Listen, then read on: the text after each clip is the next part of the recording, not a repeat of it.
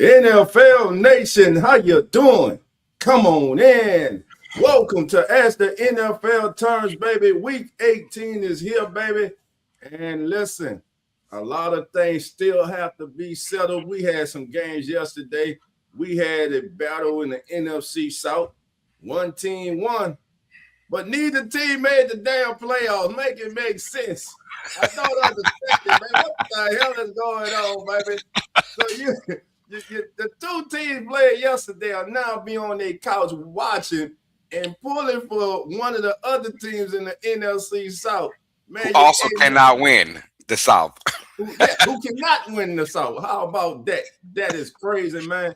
And of course, we're gonna talk about that performance last night, man. Listen, shout out to the Seattle Seahawks, who last night clinched the #1 seed and their first NFC West title since 2020 with the win over the 49ers.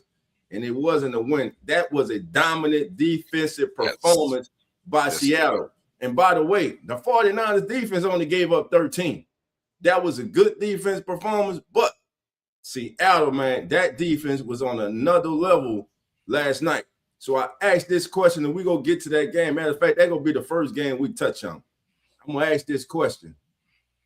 Did they peak too soon? Did they peak too soon with that performance? Just a question out there. Shout out to the 12-man favorite, man, one of our favorites on the show. Shout out to Megan. Congratulations on the #1 seed and winning the NFC West, Megan. All right, family. So, man, Carlos, man, like I said, let's talk about this game first, man. Let's get it, man. I'm the floor is yours, man, because I was highly impressed with the defensive performance by the Seattle Seahawks. I mean, I was impressed as well. And they battled their asses off. And this looks like a championship football defense, right? And my only concern for this particular team was, hey, Sam Darnold in the offense. Well, it's not bad when you just hand the ball off to Kenneth Walker and Charbonnet. They handle business per usual. And I didn't think about that aspect. I just kept saying Sam Darnold, Sam Darnold. Well, duh. A way to make Sam Darnold more comfortable is by running that football. And they did that. Time of possession. You don't give the Niners any kind of hope to come back in this game if you have the ball the whole damn time. So, I mean, it is a 2-for-1 pretty much time possession in favor of Seattle. You keep that football. You don't put Sam Darnold in any bad situations. Rarely was it their third and long, but when it was third and long, they found ways to pick it up. Unique ways to pick it up. But this defense, you got to just show all kind of love to this defense, because the last time they played an NFC West matchup, they gave up 37 to the Rams, though. So you're thinking, okay, and that was also an overtime game as well. But you're thinking to yourself, man, like, San Fran's going to put some points up. Can Seattle do that? No. They went into San Francisco, the hottest offense in the league over the last 2 months of the season, and straight up dominated, man. Straight up dominated. And there was no way, somewhere in that fourth quarter, like early fourth quarter, I said there's no way the Niners can win this game, because Seattle is not giving up the big play. They're not. They're going to make you dink it and dunk it. And I said it on my live stream. I said when you have to dink and dunk for about 12, 13, 14 plays, you are probably going to make a mistake, And guess what? When it got to the red zone for the first time and got to the goal line, the mistake was throwing it to McCaffrey. He couldn't hold on to the football, and it went to a linebacker's hand for an interception. That was pretty much the game, because in the NFL, these guys are so smart, they're so strong, they're so talented, they're so physical, that if you start to just go ahead and get 5 yards here, 6 yards there, 7 yards here, 3 yards there, you will make a mistake. That's how the NFL goes, and Seattle was not giving the big play. And shout to their D-line as well.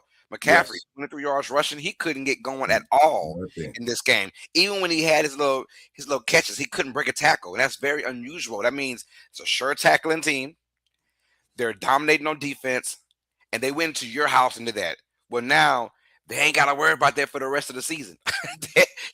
We'll be in our house now in the 12th man, very comfortable. And since they got that, I mentioned on our show last week, since they got that, because I was concerned. I said, well, what if Seattle doesn't win the #1 seed? I'm not quite sure about this team. But if they do win the #1 seed, I like this team chances going to the Super Bowl because of their dominant defense and that fan base behind them going crazy. So the defense really showed out. They're long, they're lengthy, they got great ball skills, they're fast, they're young, they're competitive, and I like what I'm seeing in Seattle right now from that defensive side. Offense, as long as you run that football, bring that running game, bring the defense, you should be good in the playoffs. And for the first time since 2022, Christian McCaffrey did not force a missed tackle. Nope. Crazy. That was the first time that happened to him since week 12 of the 2022 season.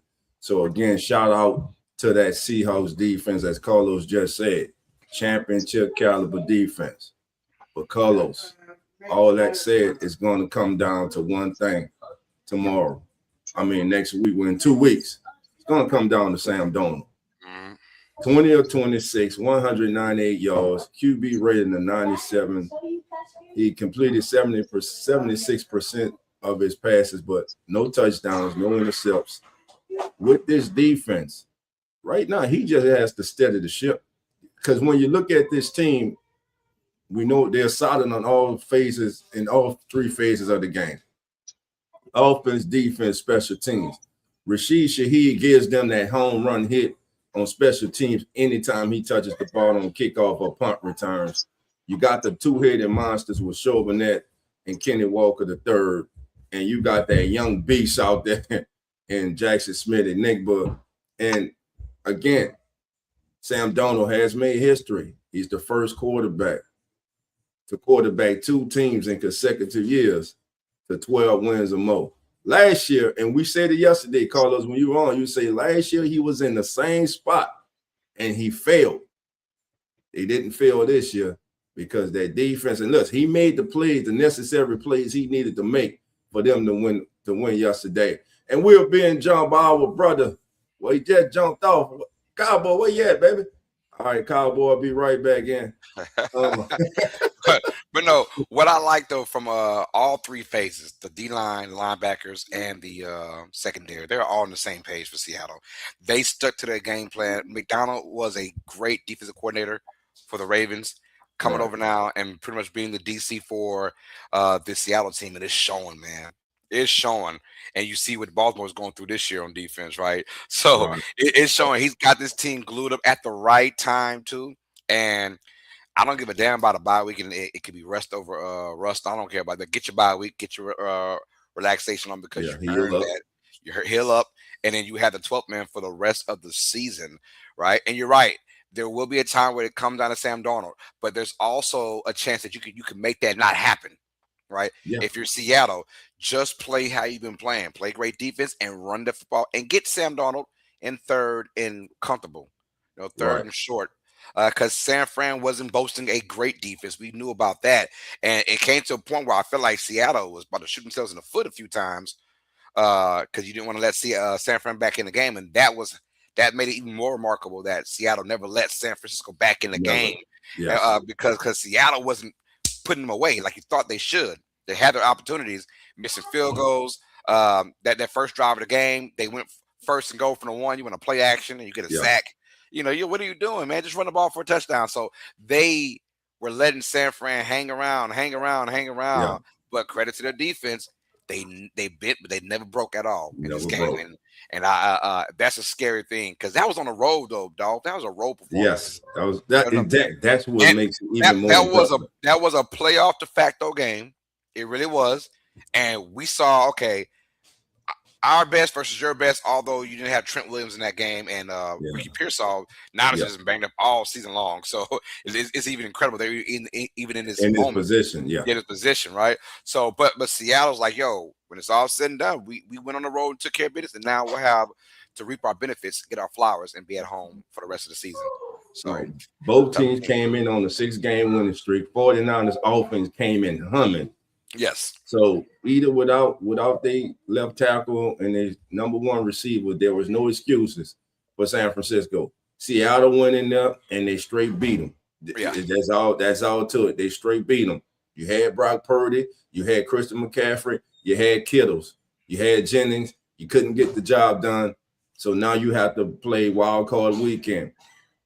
I can see this as a possible NFC championship game.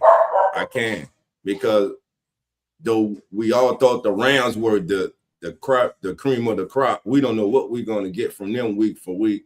And again, really, it's the entire NFL, man. You know, I believe in, as a fan of the NFL, I love that there is not one team that you can just put your finger on and say, man, they're guaranteed to be in the NFC or AFC championship or the Super Bowl, because you don't know. But we'll start to find out next week, man.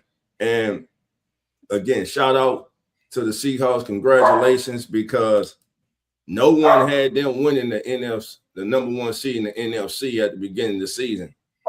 I know I didn't, but you know, you're gonna have those out there who will now all of a sudden with Nostradamus and say that they did. But congratulations, man. Man, let's move on to the game that started the evening, Carlos. As we go there, let's talk about the game that started week 18 and 16-14 Tampa Bay over Carolina. What was your thoughts on this one, Carlos? This game was ugly. It was ugly, as it should have been. This game was ugly. I'm gonna tell you right now. The Buccaneers are very fortunate to get out of this game. And it's sad because even with the win, now you gotta wait, and you gotta, they're the biggest New Orleans Saints fans right now in the world, and the Carolinas the biggest Atlanta Falcons fans, which is crazy, ridiculous. Crazy. Who would have thought it came down to Saints versus Falcons, right? But the rivalry continues. Another headline for our rivalry, right? Yes. But ain't got nothing to do with us going to the playoffs. Which is crazy. We can care less. We can care less, right? But at the end of the day, though, Buccaneers got a desperate win against, look, that Panthers team. Jekyll and Hyde, man. We don't know what we're getting on a week-to-week basis with this team. We know we're giving the Tampa Bay Buccaneers. I'm going to be real. The Buccaneers make the playoffs, man. They get bumped out in the first round, most likely. They're probably playing either the Niners or the Rams, and so whatever. But when you're talking about the Panthers, if they can make it in with a Falcons win, then the Panthers have a decent shot of being an upset-minded team, but you're going to get a division winner that's under 500. Yes. And probably most likely one and done, but who knows? That's why you play the games. But in this particular matchup, man, the Bucs did what they had to do. They had to get a win. It was desperate. It was ugly. It was rainy. It was nasty. Guys are taking off their gloves, trying to catch bare hands. You know, like, oh, my God, I haven't caught my bare hands in 15 years. Hey, man, catch the damn ball. Come on. Stop all that playing, man. They made it such a big deal on the game. The guys are taking their gloves off now. Well, I mean, you should be able to catch with your bare hands, right? You are a receiver. So, anyways, but, the Buccaneers made it ugly. Panthers made it ugly. Turnovers were there. Somebody had to win. Let's just keep it real. Yeah, somebody had to win. Somebody had to lose, and the Buccaneers fortunately won that. And the Panthers, you win this game, there is no Saints versus Falcons to determine your destiny. You got to win that game, and that's the Jekyll and Hyde part of everything. Like, do we really think the Panthers or even the Buccaneers are good enough to make it past the second round? And I don't think they are at all, man. And this game itself showed it as well. Honestly, the Saints, if we can vote for an NFC South representative right now, most people probably voting for the Saints or the Falcons again instead of the Panthers. They're the two best teams right now. It's you've never seen that before, though, Dolph. Like, at the end of the year, the two best teams in your division aren't going to the playoffs. The two worst teams are the ones that's representing your playoff hopes for your division, and it's rare to see that. So hopefully for the Falcons and the Saints, it could be something for next year. They can get back right. For those teams. But anyways, it was an ugly matchup. The Buccaneers won the ugliness, man, and now everything awaits on Saints versus Falcons, man. The rivalry continues, bro. Man, Cowboy, what was your thoughts on this game? Then I got one point I'd like to make before we move on. I want to make sure everybody can hear me right now. Yes, sir. I'm coming through. Okay, good. I'm trying out something new. Hence the fact that I'm late. Sorry about that. I'm late today, but Guys, I'm excited about today, man. I really am. Hold on. Before you get started, bro. Hold on. Boy, you clean, boy. I gotta get it, boy. I like that. Boy, you clean, baby. This is rivalry. I see you, boy. You clean, boy. You got to stand up for this rivalry, man. The Saints-Falcons rivalry, man. You're talking about the best rivalry in the NFL, bar none. I don't care what nobody's saying about Chicago and Green Bay, Dallas, San Fran. I do not care. This is the rivalry of all rivalries. The Saints versus the Falcons. Falcons versus the Saints. We just need to keep the refs out of it. Just have a good game, man, and like we always do, make it close. A close defensive game, great offensive output, man. I really don't even want to talk about no other team today. I give my input, but man, I am stoked about this game today, man. And I hope everybody else ready to see this game, man. The NFL is ready to see it, but the NFL is right where everybody didn't predict, rather. But the NFL wants it like this, like you said earlier, dog, and like you two was talking about, man.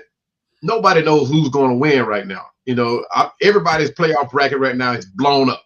I mean, this is one of those seasons where you can't put money up right now. To be honest with you, you can speculate, but you can't put money up. But man, I'm so stoked to see this game today, man. I'm ready. Last game of the season. I should have been there.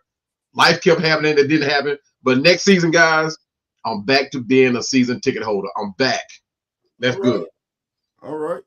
Yeah, next season, I think I'm going to try to make the game out there next season.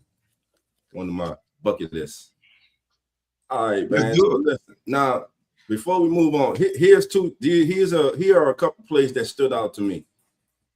Right before the half, Carolina's offense finally got rhythm. They're moving down the field, and Bryce Young throws a horrible-ass intercept that is picked off by, I believe it was Parrish for the Buccaneers. The ball was late. It was inside instead of being outside. That was a horrible turnover. And then you're inside the opponent's 15, 20-yard line in the red zone, and you are attempting as a play caller to call the damn flea flicker. I did not even though dog he lost his footing, he shouldn't have tried to throw it. He should have just held the ball. But I didn't like that play call. That was not the right time, in my opinion, for that play call. And Bryce Young, you got to have a more sense of urgency to get on that ball. But all that said and done, they still had an opportunity to win this game. And I said it during the telecast. Bryce Young plays better when they go up tempo and he's not thinking as much. Yeah. When he just is out there playing and just the offense is sped up, the tempo is sped up. And you saw, listen, he made a big time throw. I don't care who it is. You can name any quarterback you want.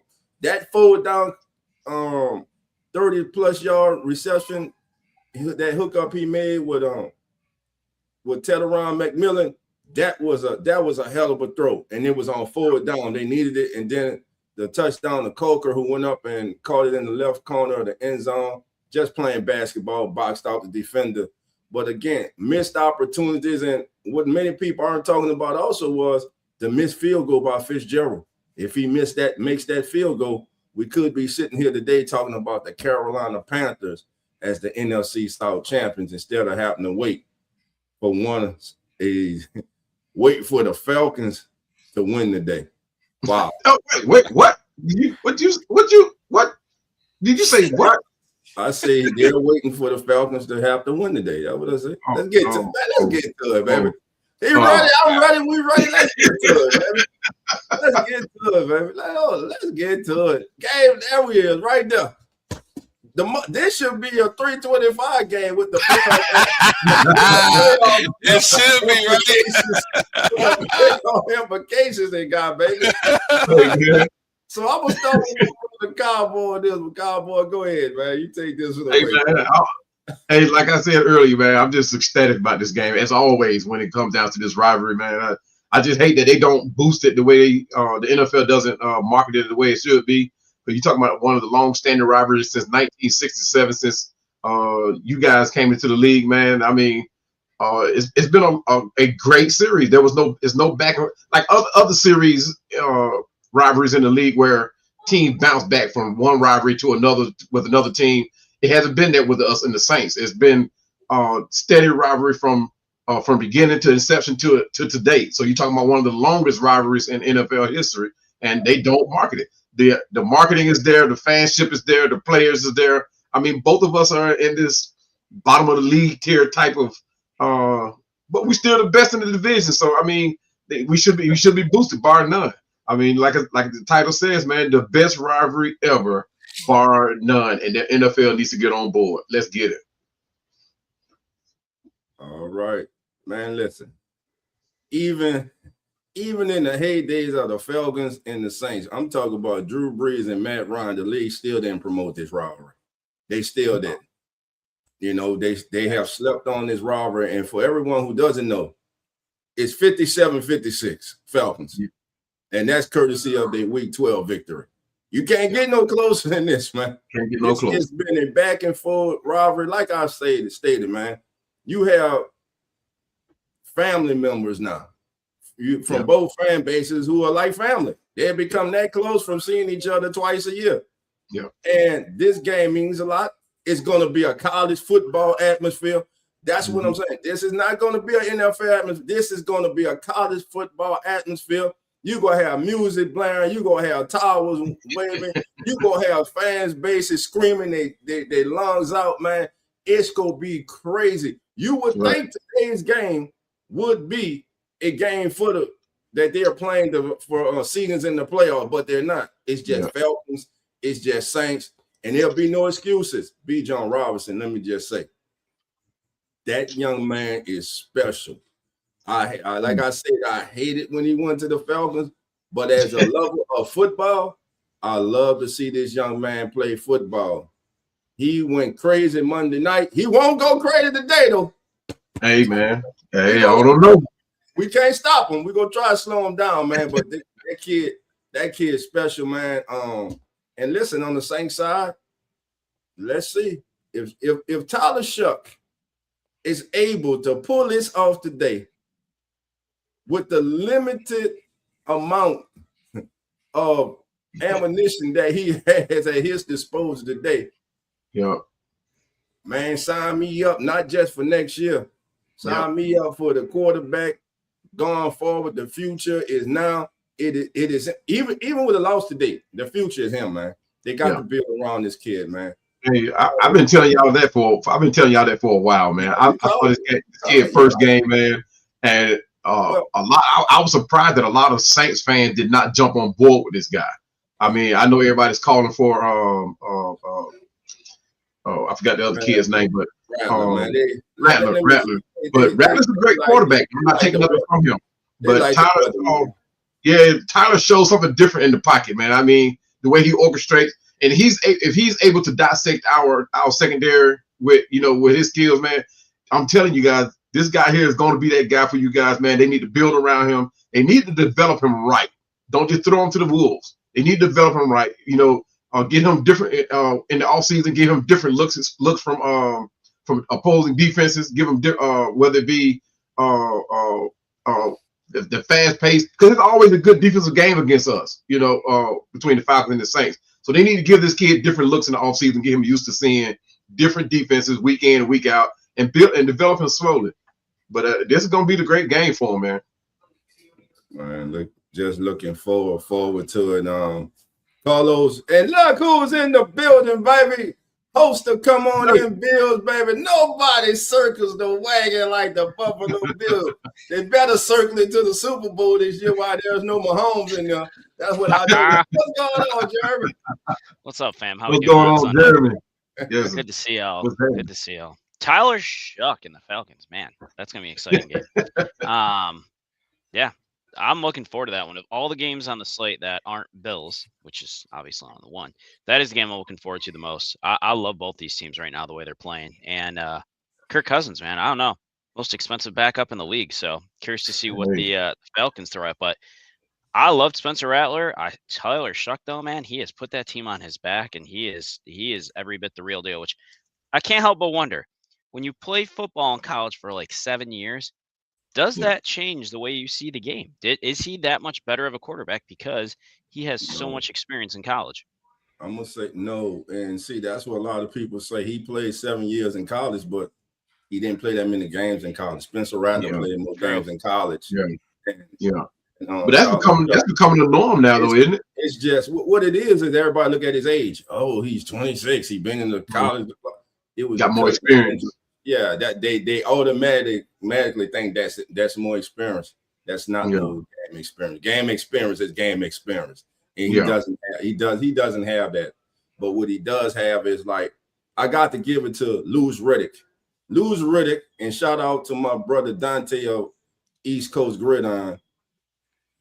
Those are the two gentlemen who I respect a lot that identified Tyler Shuck last year in their mind as the best or one of the best quarterbacks in the draft. Mm-hmm. They have been on Tyler Shuck the entire time. When we were at the Senior Bowl, Dante and I were sitting, we were talking, we were watching Tyler Shuck, and he was explaining to me everything about this kid. I watched this kid. I came back, and like I told the family, like, hey, this kid here, whoever gets him, and like when I interviewed him right after the Senior Bowl, and like I told him, and I said, whatever team gets you is going to be very fortunate to have you in their building. Yeah. Little did I know it would be us, but I'm happy as hell it's us. I'm happy as hell that is us, man. But again, looking forward to this game, man. And the day does matter because you're putting on display, you're putting your resume on display today for 31 other teams. So a lot of people are like, today doesn't matter. It matters to those guys. You're going to have guys called up from the practice squad who haven't had the opportunity to play that much. Today is their showcase game.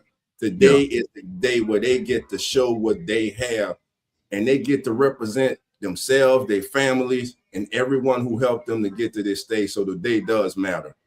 Yeah. I'm gonna tell you, when I first saw this kid throwing, though, before he came to the NFL, right?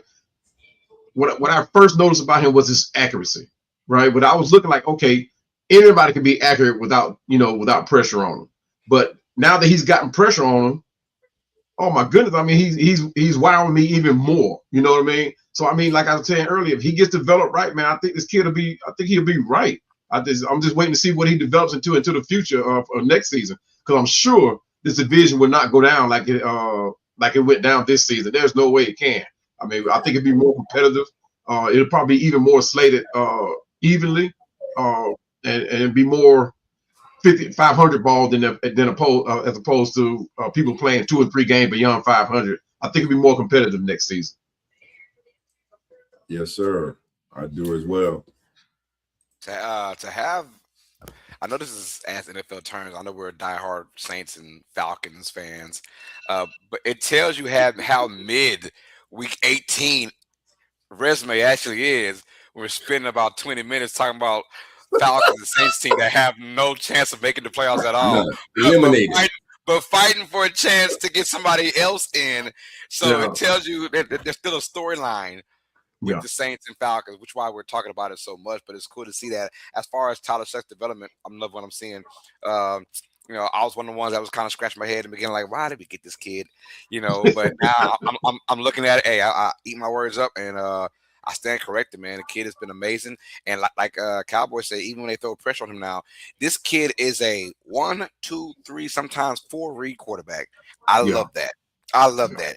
That means he's got his nose in those dang books. He's watching video, watching tape, and he's getting better at it every single time. So yeah, you want to throw him to the Wolves, but I think the Wolves are already there, and with more talent around him for next season, things are looking up for this kid, man. And and he's one of those COVID babies. That COVID year gave a lot of guys extra years. It was just that's how it is, injuries and COVID. So that's why he spent those 7 years in college, and that's for a lot of people. But a lot of folks don't have the talent to make it to the NFL. They just want to stay in college for 7 years and get some good NIL money, and then probably work at Walmart when it's all said and done. This kid knew, hey man, I got the talent, and it showed. The right amount of NIL money, you ain't gonna have to work at Walmart. Well, it depends on the person. It depends on the person. I know a lot of folks that got paid under the table, and they working at Kroger right now. You Yeah, know, like, yeah. you was the man, homie. In high school, you was the man, homie. What the happened to you? Yeah, so I know a lot of guys that had that talent, man, but their mentality, they had Kroger or at Market Basket right now. Yeah, we talking about pressure that he may be facing. Today, he certainly will be facing it. We're bringing in guys like Kobe Bryant, who's supposed to be the ball hawk of the draft that we got last year. I think that Jesse Bates, he'll be being the experienced ball hawk himself. And then we got Billy Bowman. Well, Billy Bowman is out. Got the other Xavier Watts. You know, he's the other corner safety back there. So he's gonna have his hands full today with looking forward as far as pressure. So I'm looking for how he interacts with it and dissect that too. So, but yeah, I'm looking forward to this game, man. Let's get it. Hey, regardless of what happens, both these teams are going to look at this as a stepping tool for next season, because we feel like Saints and Falcons, we feel like we're the best two teams in this division, although we're represented in the playoffs. We feel like right now, currently, we are the two best teams in the division. So a lot to go on. And like you said, like Dolph said, 31 teams are looking at these other players too. So they're going to perform. And it's going to feel like a playoff game, albeit it won't be. But we'll just be helping somebody else get the playoffs. It's weird. Yeah. All right. Let's keep it rocking and rolling, man. These other games don't have much, so we can go by them pretty quick, man. We have the Browns taking on the Bengals. Biggest question for Dolph and company. I'm going to talk about Jeremy first. Jeremy, is Myles Garrett getting that sack record, man? I hope so. I really hope he does. I mean, the guy's just a game wrecker. And for him to not get it would be disappointing.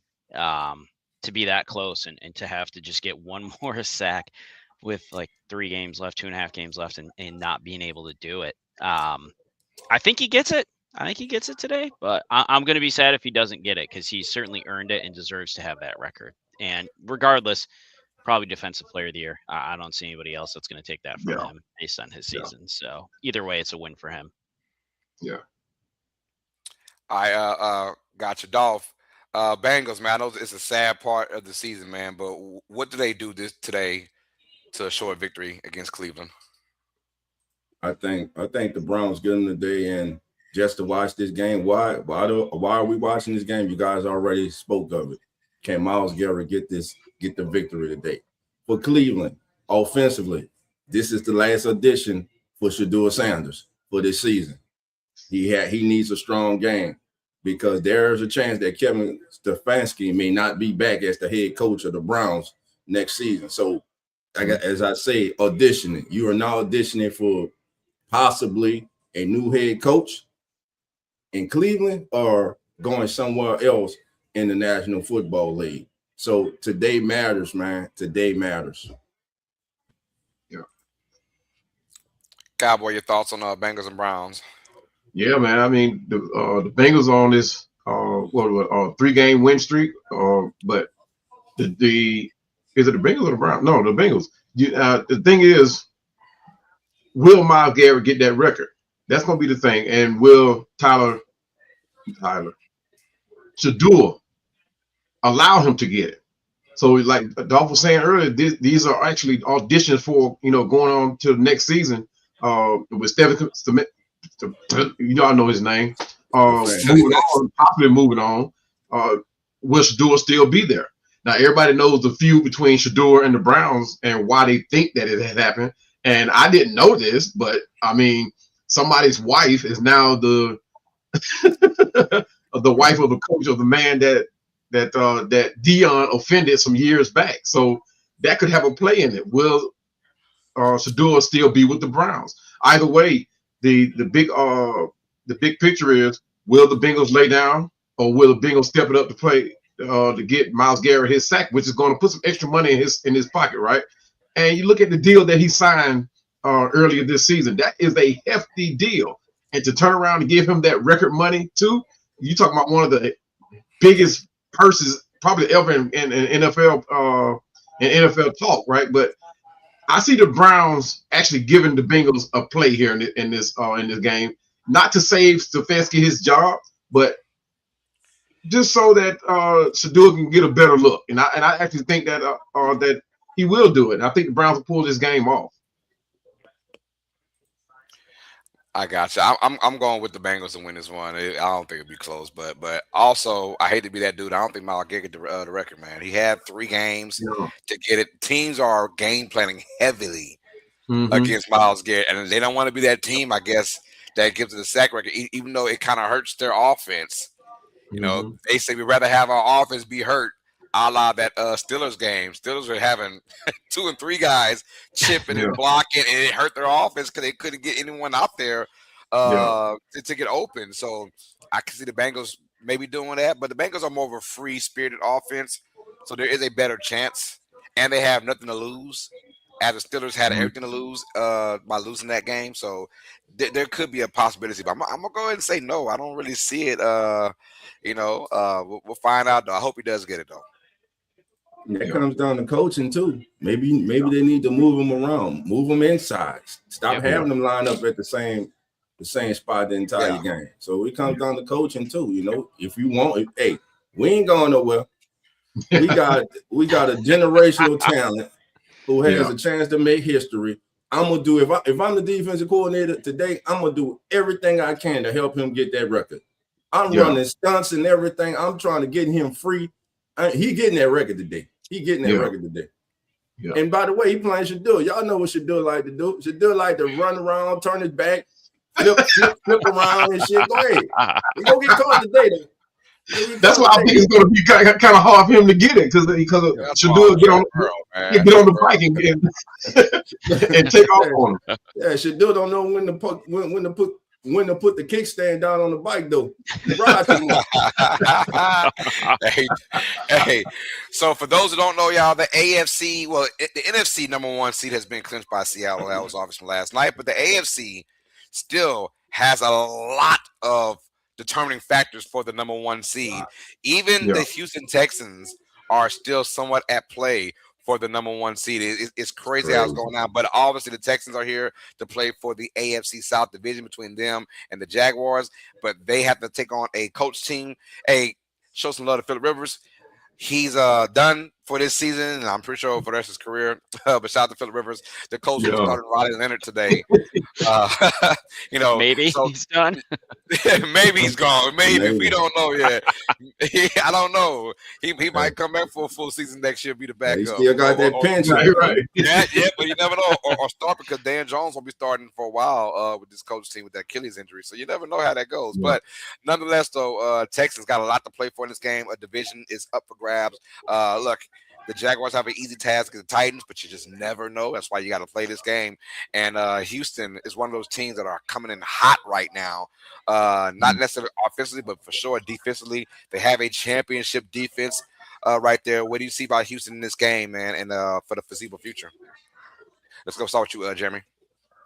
I mean, first of all, Houston wins this game. Riley Leonard starting.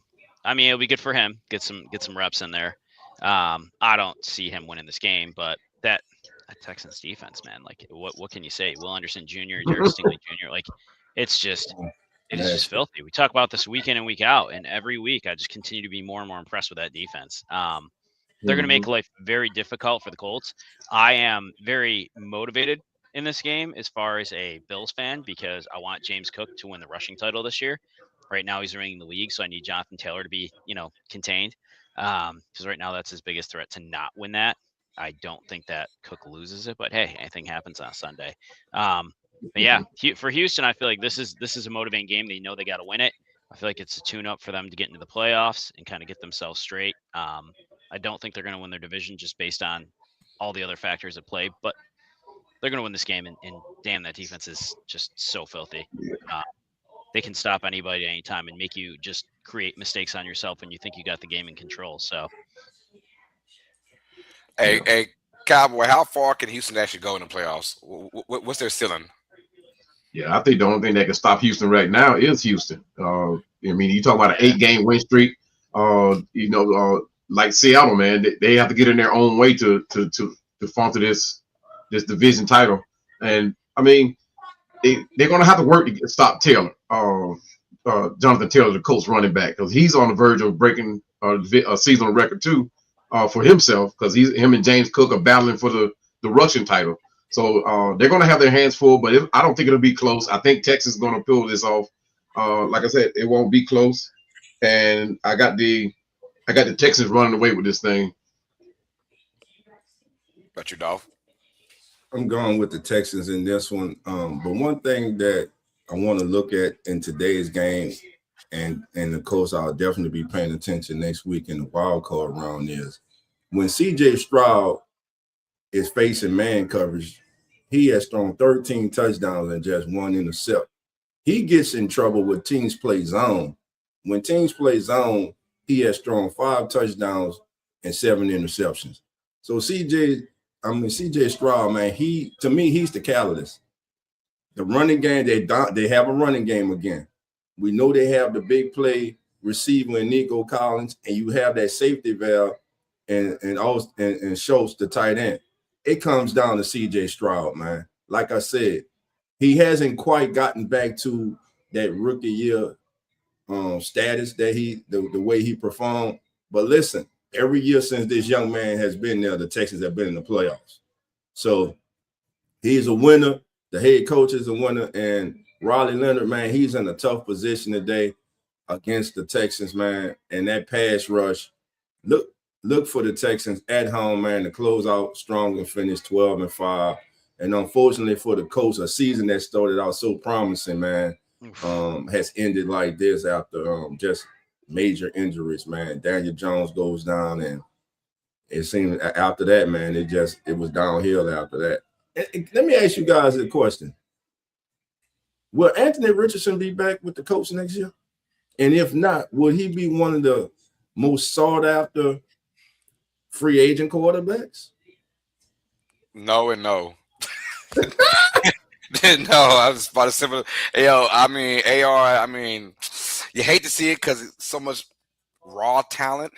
Yeah. But when that is cool when you first get into the league, how can we mold you into what we want? But once you've already been in the league 3-4 years now, that other team isn't going to want to do that. You know, they're not. Like his drafted team, the Colts, were willing to do that. But as far as anybody else, they are not going to want to try and mold this kid. And you know, this kid. I mean, he's getting hurt with freaking rubber bands. Rubber bands. Like, come on, man. Like, all right, bro. And like he was given every opportunity to do what he had to do, and he just. I mean, we saw when he was running on a second down, and he took himself out in the game for no damn reason because he was tired. Like, wait, that kind of stuff. People look at that and say, you know what? We don't want him as our franchise quarterback. Hell no, that's why the coach turned on so quick. Yeah, that's going to be hard for him to let down. But let me also ask you guys this and everyone in the chat: did the coach organization fail this kid? I mean, like Carlos said, he was given every opportunity to succeed. Right? I mean, you talking about one of the star running backs in the league. You talking about 2 great receivers, and he still couldn't get it done. And one thing that you hate to see a quarterback, the guy who's supposed to be the captain of your team, the driver of your team, give up on national TV. You don't want to see that. And quite frankly, that's the only reason why he's still here with the Colts, because nobody else wanted him. Like I said, I had high hopes for this kid. He has nice size, has a nice arm. He just didn't get the job done. And I don't see him being back with the Colts next year. I think they're going to release him unless somebody picks him up, put him on a practice squad or something. He'd probably be done in the NFL. I hate it for the kid. Ooh, dang. I don't know about that. No, what it reminds me of? Patrick Willis. Not Willis, the kid in Green Bay. Malik Willis. Malik Willis. Don't do that. No, don't do that. No. Hold on. No, I'm talking about at the same scenario. When Malik Willis was leaving Tennessee, he was not thought of as he is right now. Everything turned around for him when he went to Green Bay. I'm just saying the right situation matters, though, bro. We know. Did Malik get hurt though? The right situation matters, though. That's all I'm saying. Malik had injuries that hurt him. It's a totally different situation. Okay. What we're saying is, like, Malik, we saw the people around him as well. The team wasn't built around him. Okay. You know, they had no one there, so the performance of there was like you couldn't tell, because at that time, and even right now, even with Cam Ward, there are no weapons over there. I mean, their youngest are getting PJ. Their weapons are getting better now as this year goes on. But when Willis was there, and Mayo boy, what's his name? The one that had the Mayo commercials, that he was competing with the quarterback, whatever his name is. I forgot already. But Tannehill. No, not Tannehill. No, the other guy. no. Who the hell am I thinking of? Oh, yeah. man.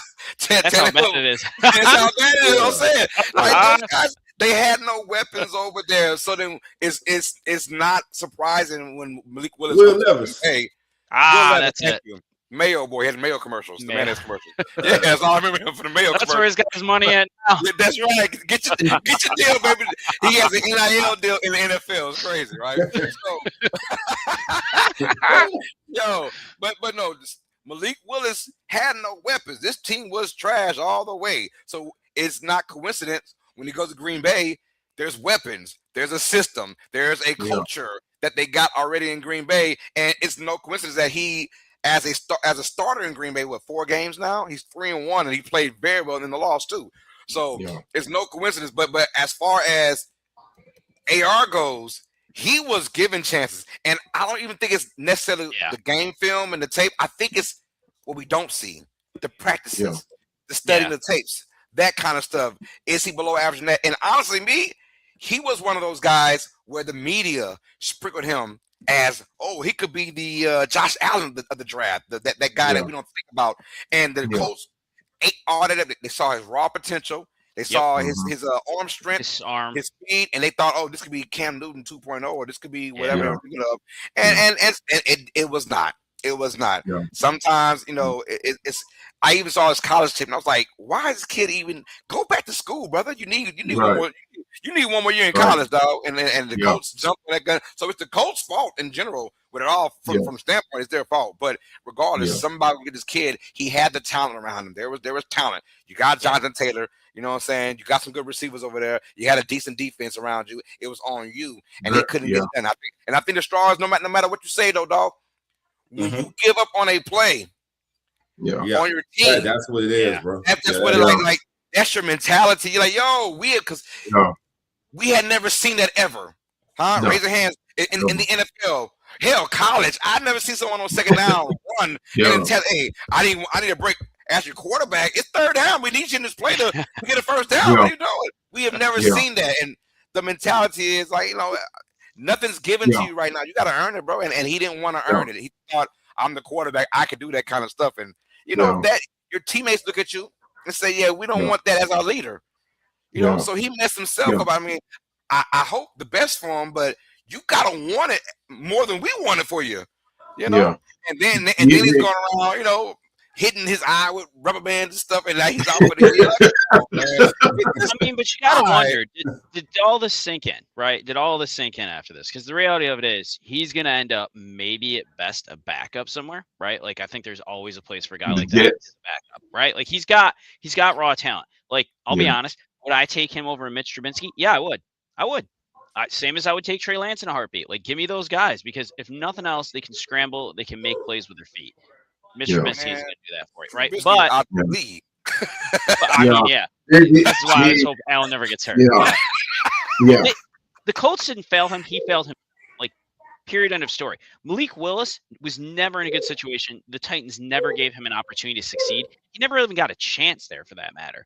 So his story is just a lot different. And when you look at him in college, what he was doing at Liberty, he was just lighting it up. And that just translated. And I agree. I mean, you look at the college tape, like, I like AR-15 is raw talent, but is a true quarterback, man, a lot to learn still. And maybe after this year, he's learned something, but he's going to have to prove himself now. He's going to have to go somewhere else if someone's even willing to take a chance and earn that back. And that is really hard to do. It's like they say, you only get one chance to make a first impression. And he made his impression. And now you got 32 teams that maybe would consider taking a chance on you, but you got to earn it now at this point. So I feel bad for the kid, but he did it to himself. I know us three, myself, Cowboy, and Jammer probably saying, hell no about you, Dolph. Would you give him a chance if you were in need of a backup quarterback or even a third string quarterback to probably put on the practice squad? Would you look at him? Yes. Have you seen some of the backups and third string quarterbacks in this league? I mean, that's what I'm saying. Like, I'm Mr. Trubisky. I'm like, what the hell? You see some of the starters. Hey, but at the same time, now we got a not as deeper draft, but we do have some good quarterbacks coming out of the draft that I don't think will ever do what AR did. I just don't see it. And, well, and I say he may not be done. To hold that against this kid, though. But you have to. Hold on. Now we all have done things in our life that we got the second chance for worse than what he did. Now I understand from an NFL standpoint, a football standpoint, being the quarterback, the leader of the team, the face of the franchise, you can't do that. Yeah. But what I'm asking, so you guys are saying he can never ever come back from that. He can never ever overcome that. I'll say this. We're saying he can, but we're also saying we don't think he has the mentality to do that. Okay. Right. He can. Anyone can. It's on him. In reality, it's on him. But from what we're seeing, what we're hearing, and what we're noticing is he don't really want it like that. No, it's on him. We think he can. Yeah. He does have the absolute talent to do that. But his character trait, his personality, right now, that we know of, does he want to? I'm sorry, a rubber hit my eye. I don't care. I'm just being real. I'm not gonna. No. He's been passed over now for multiple. They chose a 44-year-old grandpa off the street, man. I mean, there you go. There you go. The writing's on the wall for me. Look, at the same time too. Daniel Jones got in. He chose the Colts because he knew the situation. He could beat him out. I could beat that kid out. You know what I'm saying? And good on him. And honestly, I think AR, the battle. They literally just said, "Yep, Dan Jones our guy." They didn't go around and say, "Man, this is our future. We got to try him out." No, they saw it in practice. They saw it in the film session. They saw what goes inside the inside the building. They said, "Man, Dan Jones is light years ahead of this kid. We got to put Dan Jones." Well, and look what happened when Daniel Jones came in. You got a guy that's coming in not knowing that system. And he takes that team and basically at that time had them as like number 1 seed going in the playoffs until he unfortunately got hurt, right? AR has been there for years. It hasn't done anything with that. So hey, look, and thing too, like Carlos just said, you brought in a 44-year-old kid. I'm gonna say kid, 44-year-old guy in off the street. A man. He actually performed better than AR did. Now I'm gonna go back on what I said. Right, he might not be done in the NFL. I think he is. But if he has a chance, I can see him going to a team who are in the same position as the Colts, are having quarterback debacles, right? Like the Jets, But he would have to be a second or third string, or even a good look. I really don't think he honestly have a shot at becoming another starting quarterback. I mean, because not easily. Like when he gave up on the team, right? He goes to the sideline. Like Carlos said, there are going to be people around him. They're going to try to build him up, right? When I was coaching, I had this kid, man, that gave up. I'm talking about ball play, every play. But at the same time, I still stuck him out there. And when I finally laid into him, every play he was crying. He was crying. But he went out there and he still performed. It did his job, right? Now, you talk about a little kid. Now, you talking about a guy that's making millions of dollars, or supposed to be on his way to making millions of dollars, with the franchise in his hands. You do not want your quarterback doing that. You want him to already have that mentality saying, okay, I'm finna own this thing. This is my team. You don't have to go in and coaching the guy up saying, okay, first you already got to develop him physically, learn the plays, learn defenses, and now you got to work on his mentality too. That's easier said than done. That means you got to spend extra money, put this man through classes to teach him not to give up. That you don't want to do. I mean, look at what happened to Justin Fields when he was in Chicago. That man made one statement, and it killed his career. And look where he's at now, trying to battle for a starting position. And that's what you don't want to have to go through. You're talking about you're investing your entire team on a quarterback. You don't want to put yourself through that. I hate it for the kid. I really do. Like Carlos said, you saw the potential in college.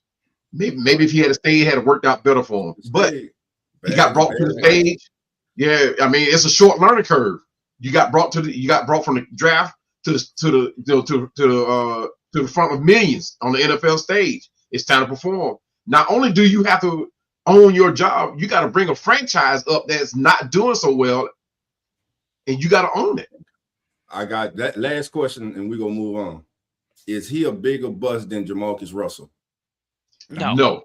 No. Easiest question we're gonna have today. Yeah. Absolutely not. When they were giving that man blank Absolutely CDs, not. they gave that man blank CDs and said, "Come back with what you saw on a CD," and he made up some shit. Absolutely not, man. Absolutely not. It don't get no worse than that, man. This dude Right. there, he's like purple stuff. I can only imagine how the coaches and the GMs and everybody was sitting there looking at him like, Yeah. is this really what the hell we invested in? Right. If I need my money back. Yeah. Now, what would probably have saved him if during that moment he was giving up, if he had to say, "Hey, man, my elbow is hurt. Yeah. Or my wrist is hurt. My rib or something. No, Something. Claim you hurt or something." Yeah. But when you hit your helmet like that, that's not saying that I'm hurt. That's not saying I'm hurt. When you hurt, you lay down on the field and say, "Hey, man, I know." But this man tapped his head and said, "Hey, man, no, I can't go no more." Gotta pull some soccer stuff. Just fall on the ground, start rolling around. Something. I'm gonna say this. We'll dip out. Like NFL stands for not for long. There's a reason why the average span of the NFL players 2.5 to 3 years. For every Tom Brady, there's a bunch of ARs out there. So it's just how it goes, man. It's just how it goes. We'll see. Rooting for the kid. Hope all works out for him. Maybe next year, the year after that, someone can take a chance on the kid and see him out in training camp. Right. That's why you have training camp. You come and get guys, and we'll see what happens, man. Yeah. Let's keep moving on, man. Before you go on, Carlos, yes, sir. Before you go on, I got to tap out. So my. Oh man, you can't I got to tap out right here. Oh man, Cowboy got to fix that injury. Be like, oh man. You will not be seeing Cowboy anymore. He's cut. He quit on. Hey guys, I appreciate you all having fun as usual, man. It's been a blast. Let's go home and get ready for this. Get ready for this rivalry, man. Best rivalry in NFL football, man. And I'll be ready to come back and talk about it after the game. But if I won't be streaming it myself, but you guys probably will. I don't know, but I'll be back. I mean, I got to dip out for about 45 minutes, maybe an hour. Yeah, and, just jump on with me. I'll be on. I appreciate you guys having me on. All right. All right. Oh, all right, let's keep getting into y'all. All right, Cowboys. I had us talking about the damn AR for 30 minutes, and then he want to dip out now. Oh man, come on, man. Is he recovered from the juice? I think he is. I hope so. I don't know, man. He's on that purple stuff. Long as I played him side to side. And what frustrated about it was he was so gifted, bro. Oh, he was crazy gifted. You threw 90-something yards from your knee. From the knee. Absolutely crazy work. But the Raiders. I mean, you had to take him. You had to take him. I don't blame him for taking him. Listen, no one knew what turned out was going to turn out like that. Right. Everybody else was like, "Thank God it wasn't us." Yeah, he's the main reason why though they stopped giving that hell of money to them first round quarterbacks now. I have $100 on Raiders to win Super Bowl. Pays $2,300. Ain't worth it, brother. Nope. Ain't worth it, man. To win the Super Bowl, not even go there, but to win it, ain't worth it. But about to lose $100. John Harbaugh, and the same offensive coordinator. Go ahead, keep your money, man. Hey, Jaguars got a better chance than the Ravens, and they take on the Titans today, you guys. Jaguars would have win, and I do apologize. The Texans have no shot at the number 1 seed overall, but they still have a chance at the AFC South title. But the Jaguars take on the Titans with a win today. Jacksonville will be the AFC South champions. But did we see the division being pretty much this good towards the end? Toward the Jaguars, the Colts at one point were the best team in the NFL, and then you had the Texans now that are won like 8 in a row, which is going crazy, man. This Jaguars team, what do you see their makeup in the playoffs, Dolph? I see them as a team that can make the AFC championship. They got a running game, they got receivers, and they got a defense. And most importantly, Trevor Lawrence is now starting to play good football. Lincoln is getting Trevor Lawrence to play good football. He has gotten Trevor Lawrence to play good football the majority of the season. And listen, we got to remember the last several weeks when we're talking about this Jaguars offense, how many times have we mentioned Brian Thomas' name? Not much. A lot. Not a lot. And of course, that big trade that they did at the trade deadline, that has paid significance, man. Trevor Etienne just being a beast with the ball in his hand, do it all. So I believe that the Jaguars are a very serious contender, man, to make it as far as the AFC Championship game. I like their makeup. I don't know if they make the AFC Championship game, but I can't disagree with you, Dolph. I mean, they're a very complete team, and I think the two missing pieces they've had, I think the past couple of years, is ETN being as consistent as he's been.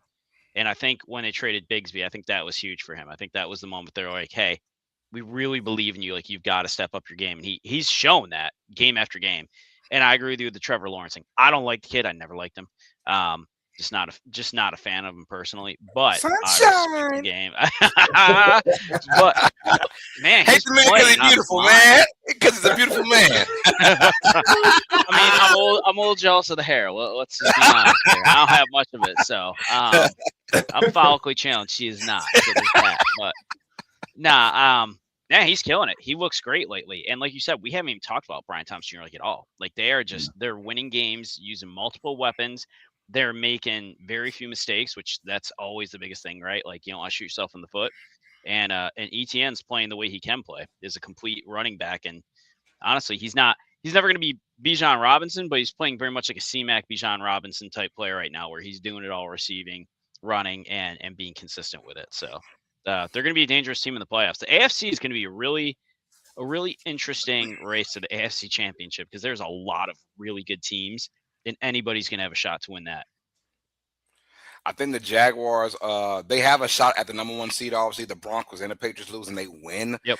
I think the Jaguars will benefit from not having that bye week. I think they're on a roll right now, and you don't want to kind of stop that, right? Right. So I feel like obviously it's a long shot for the Patriots and the Broncos both lose this today, but so most likely the Jaguars will be playing next weekend. But I like that from Jacksonville. I want to continue to play because of how hot I am as a unit. All phases of the offense, defense, and special teams. Their kicker too, Cam Little. We were talking about Brandon Aubrey all year, but Cam Little's had a fantastic year as well. This dude can kick it from 75 if he had to. I think. Wild. And them hosting potentially 1 or 2 games. It's also big time for Jacksonville as well. So I like this team, like Dolph said, man. The receiving unit, and like we haven't even mentioned Brian Thomas, and for good reasons, because everyone else is clicking, and I'm liking what I'm seeing. And I've always liked Trevor Lawrence. And there were a lot of rumors about Lawrence being traded, or should he? If you're Jacksonville, hell yeah, you don't get a franchise quarterback off the tree that's tough. Get this man. He's a serviceable quarterback, and now he can go from that to maybe somewhat in the elite area next year. And this will be his second time in 5 years or 4 years, whatever. That's 26. He locked himself in after this year, for sure. So I'm saying, like he's a franchise. Do not lose that, because there are teams that are just here to be quote unquote relevant. The Jaguars are one of those teams. They ain't never, ever, ever in their entire life got to win the Super Bowl. They don't care. If it happens, it happens. But they're a franchise that ain't built for Super Bowl. They just want to be talked about a little bit, right? Just talk about us a little bit. And that's what the Jaguars are. You don't want to lose your only talkable person, which is Trevor Lawrence. And then after that, you're back to ground zero. So, yeah, Jaguars could be the team of destiny. But like you said, Jeremy, the entire AFC playoff is going to be crazy. I'm ready for it. All right, let's keep rocking and rolling, y'all. Packers and Vikings back to the NFC now. Quickly, Vikings will start McCarthy. And they're going to take on a Packers team that's clinched the playoff spot for a while now. There will be no Jordan Love. Is there a Malik Willis sighting in this game? No, he's not playing either. Nope. So, all right, and that made sense because the spread was so long. The spread was crazy, 12.5. I was like, why is the spread so much? But okay. But for good reasons, though, because Malik Willis has the shoulder injury, and he is a serviceable number 2. You got to keep him for the playoffs. They're stuck at the number 7 seed. I tell you what, does Green Bay have any shot? Not only in today's game, because I'm going with Minnesota, and that defense is so freaking nasty for Brian Flores, but do they have any shot in the playoffs? Because they're most likely taking on either the Eagles or the Bears. So quickly, do they have any shot in the playoffs? Go with talk to Dolph. Hell yeah, they got a shot. I know they lost Michael Parsons. That's still a good defense. Mm-hmm. Jordan Love comes back. Malik Willis as the backup. They loaded at receiver. Everyone says they don't have a number one receiver. They got receivers who on game day turn into a number one receiver. Green Bay is going to be dangerous. There was no team, Jeremy just said, AFC is wide open. Same on the NFC. It is wide open. You can name any team you want. You can name the 2 teams from yesterday. Every team in this year's playoff has a major flaw. There's nobody who is 2 steps or 3 steps above anybody. To me, it's about who goes in playing the best, and it's going to come down to this old saying that we always hear. Defense wins championships. Defense, the top defense in the playoffs, I believe, leads their team to the Super Bowl title this year. So to answer your question, Green Bay most definitely has a chance to represent the NFC in the Super Bowl.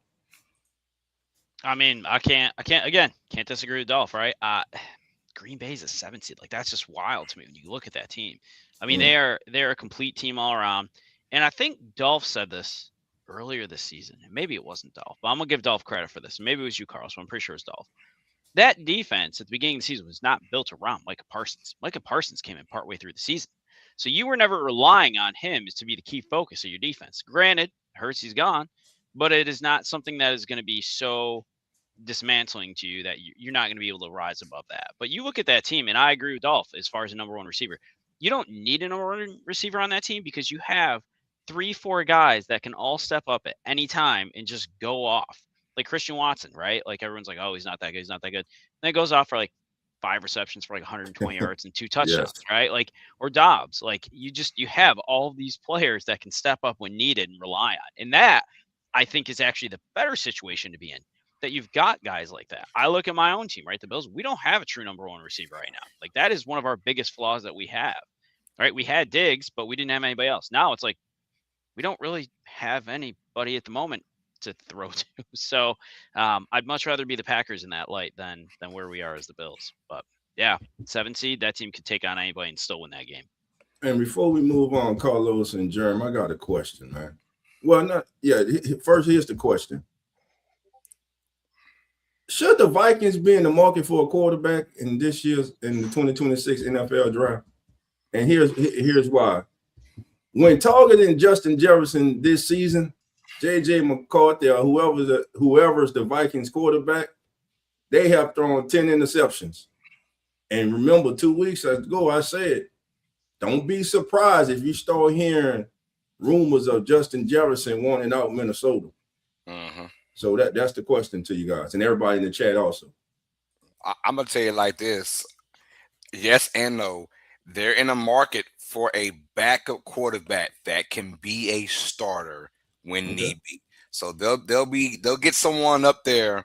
You know, I'm saying someone Jacoby Brissett-ish, right? A guy that can be serviceable to a team just in case, right? We also saw that when Murray was serviceable, they said, nah, go ahead and fully recover, brother. You know what I'm saying? Because we rather Jacoby Brissett.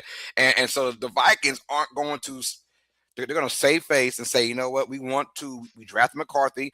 And I'm pretty sure that because McConnell is the quarterback whisperer, right? He's one of those guys. I think he wants to show that I made the right decision by getting McCarthy when I had Daniel Jones and Sam Darnold on the bench, you know? Crazy.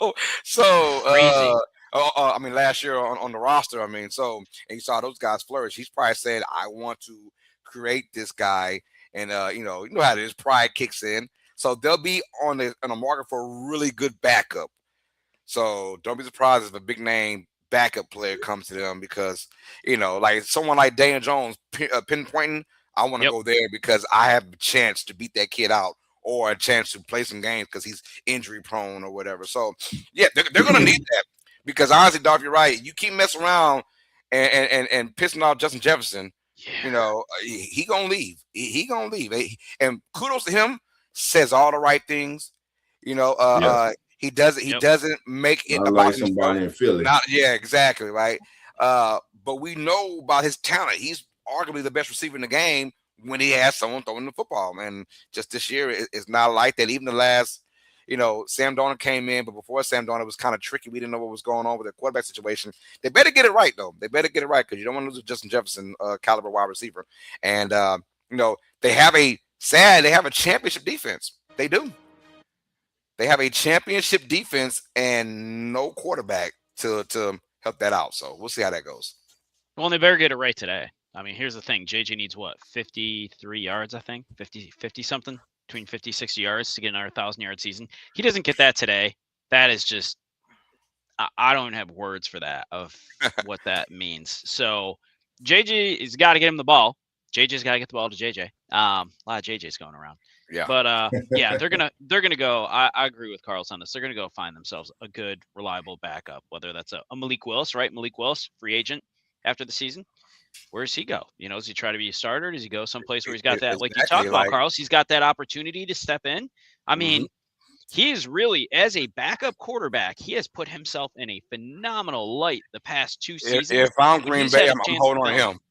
Oh, I'm paying that man because he's going to go somewhere. For 1 or 2 years. I got to hold on to you, brother, just because Love hasn't shown any, any ways of being healthy for a full year. So and look what Malik Willis has done in interim fits. Like he's come in and he's brought them back to win games. He's won games and he's not even played with that team that much.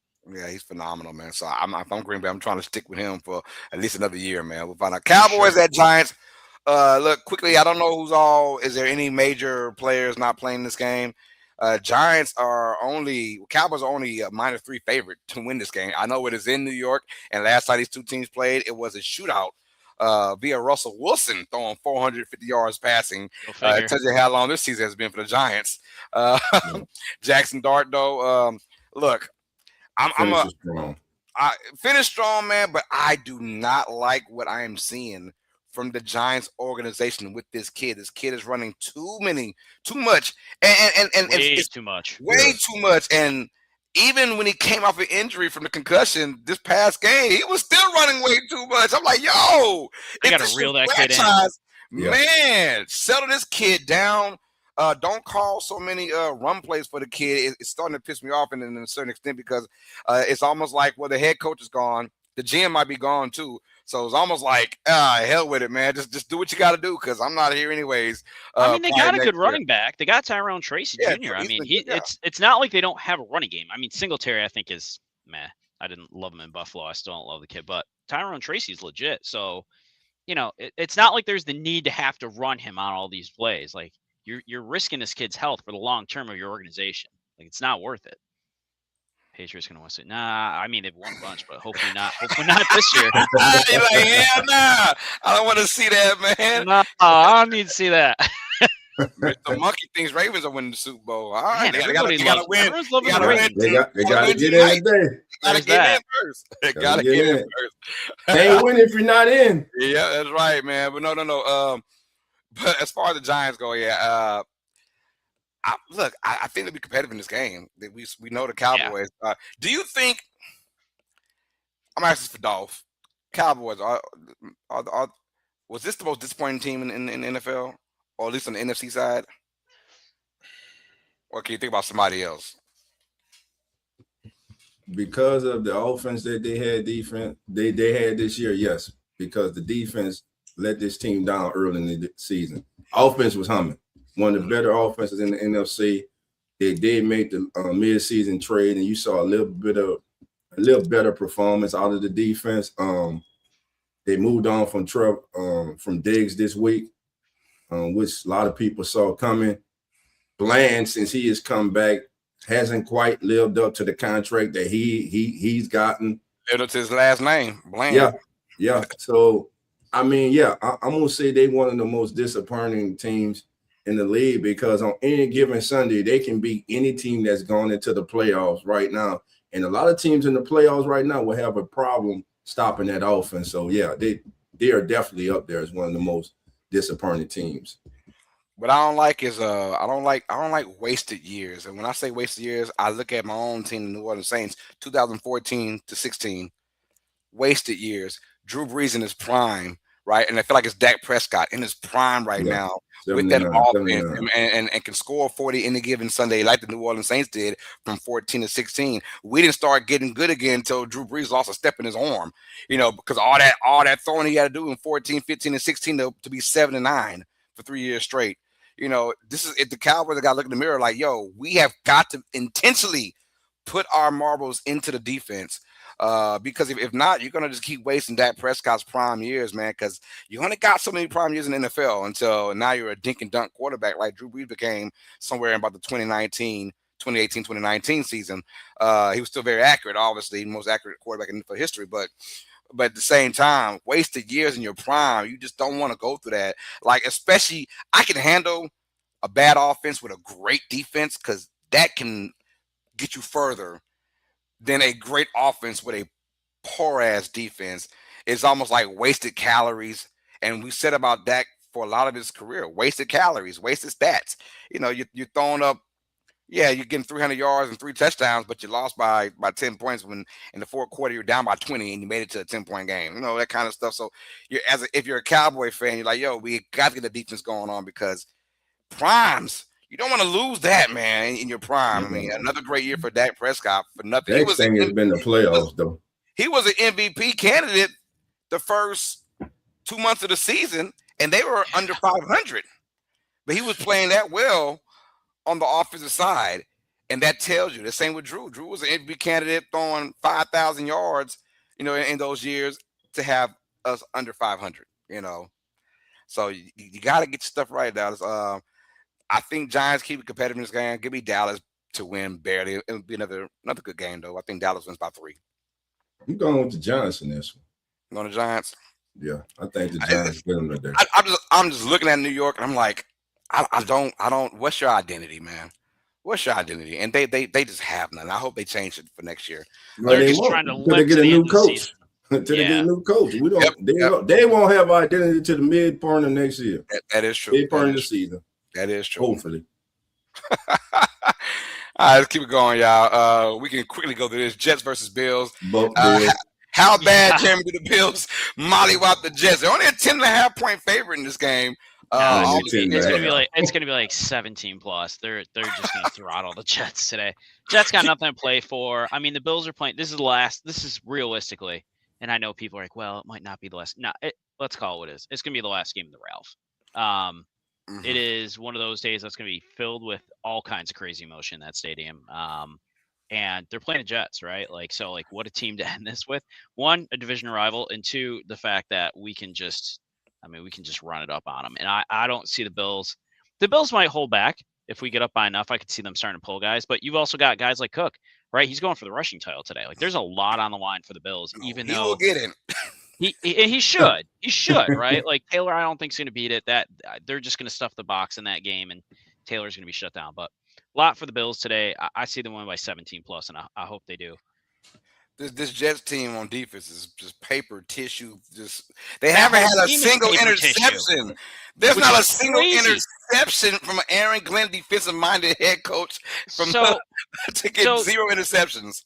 I know you like to bet, Carl. So I read something there. I think it was if you bet $100 on the opposing quarterback at the start of the season playing the Jets, and you took the winnings from every single game and reinvested in them, not throwing an interception, you'd be over $1 million. $1 million. I read that too. That is wild. God, dog. It tells you that's crazy. That is crazy. Hey, I want to get your thoughts. I know you probably spoke about it on your show earlier, Jamie, but the 2-point conversion attempt against Philadelphia, man. What was your thoughts about that? I want to get that. We got to create content for this week 18, y'all. It's not like content. We got to create it, man. This is one of those hindsight's 2020. Do you go for it? Do you not go for it? I would have gone. I wouldn't have gone for it. I would have gone for the extra point. And here is why. The 2 points, yes, you can win the game, and I get it. You want to try and win the game, and Allen appears to be hurt at that point in time. Here's the thing. You're 1-6, 2-point conversions on the year, so numbers aren't in your favor. It's always going to be harder. Yeah, our kicker wasn't great, so much so we released him the next day. I get that. But your job is to kick an extra point. Your job is to kick field goals. You should be able to – I don't care who you sign. If you sign somebody in the NFL as a kicker, more often than not, you should be able to rely on them to make that extra point, to get you to that next step, right? To tie the game going to overtime. the way they were playing right then and there against the Eagles, they had the Eagles on the ropes. They had what? The Eagles, I think, had 17 yards of offense, not one pass completion in the second half. Like, you had that team on the ropes. You could have taken them overtime and possibly won the game, right? Even a tie. I mean, I don't like ties. Ties are stupid in football as far as I'm concerned. But whatever. You could have gone overtime. You were probably going to win that game. You had momentum on your side. Eagles didn't have a plan to figure it out. I think McDermott, and again, this is me just assuming, right? I think McDermott was worried Allen was hurt, wanted to probably get through that game, wanted to try and just win it then and there and move on.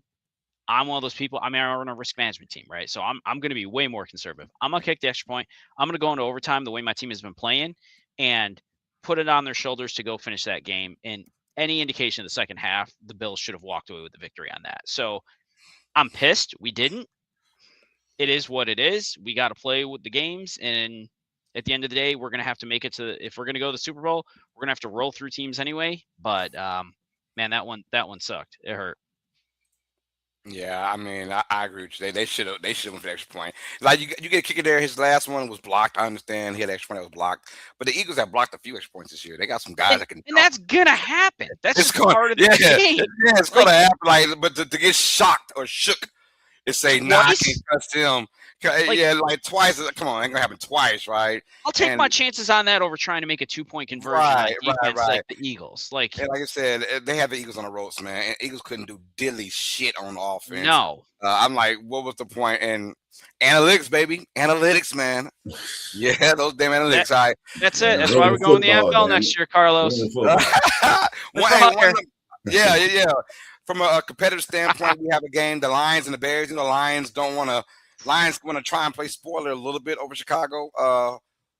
Chicago 3.5-point favorite at home against Detroit. Who you guys got winning this game, man? Chicago to win will be the number 2 seed. So they have a lot to fight for in this game. But I think the Lions want to play spoilers. They're one of those teams that I think the head coach Campbell will not let them just like, let's rest guys. No, he wants to play spoilers. Who do you guys have winning this game? I saw what you, Dolph. I'm going with the Lions with the upset. I think they come in roaring today, upset, disappointed, and they know they go take out all their frustration today on the Bears. Now, listen, that Bears defense, they're good. They're opportunistic as far as getting turnovers and everything. But I think the Lions close out the day strong, man. Yeah, I'm going Lions as well. I think the Lions do come out strong. I know I'm probably weird for saying that, but because Chicago's running game, I'll tell you what, Chicago, if these two teams play their best, it's in Chicago, it's nasty, it's ugly. I think that the Lions will find a way to keep it close. But if Chicago does come up with their running game and they can dominate, that's kind of what you want to do in Chicago. And if they get this win, that'll be a huge win for Chicago because they need to have home field advantage. They're one of those teams that need it, right? As far as like not just round one, but if they can host Philadelphia, you know, they want that and they need that in my opinion. Or if they can host whoever it is in the second round, they would rather that. So I'm gonna go with Detroit to be upset minded and win this game, but won't be shocked if Chicago pulls it off. How about you, Jeremy? Yeah, I'm going to go with the Lions on this one. I think they're just angry, right? An angry team's a dangerous team. They're out of the playoffs. They knew they had a shot this year. I mean, that roster is incredibly ridiculous on paper. But you got to play the game to win the game. And they're going to come in. They're going to be pissed. And I think they're going to take it out on the Bears. I do think Caleb Williams and that running offense keeps this game close. But I do see the Lions winning this by 3. We got a question that says, what do you think of my Bears winning the Super Bowl?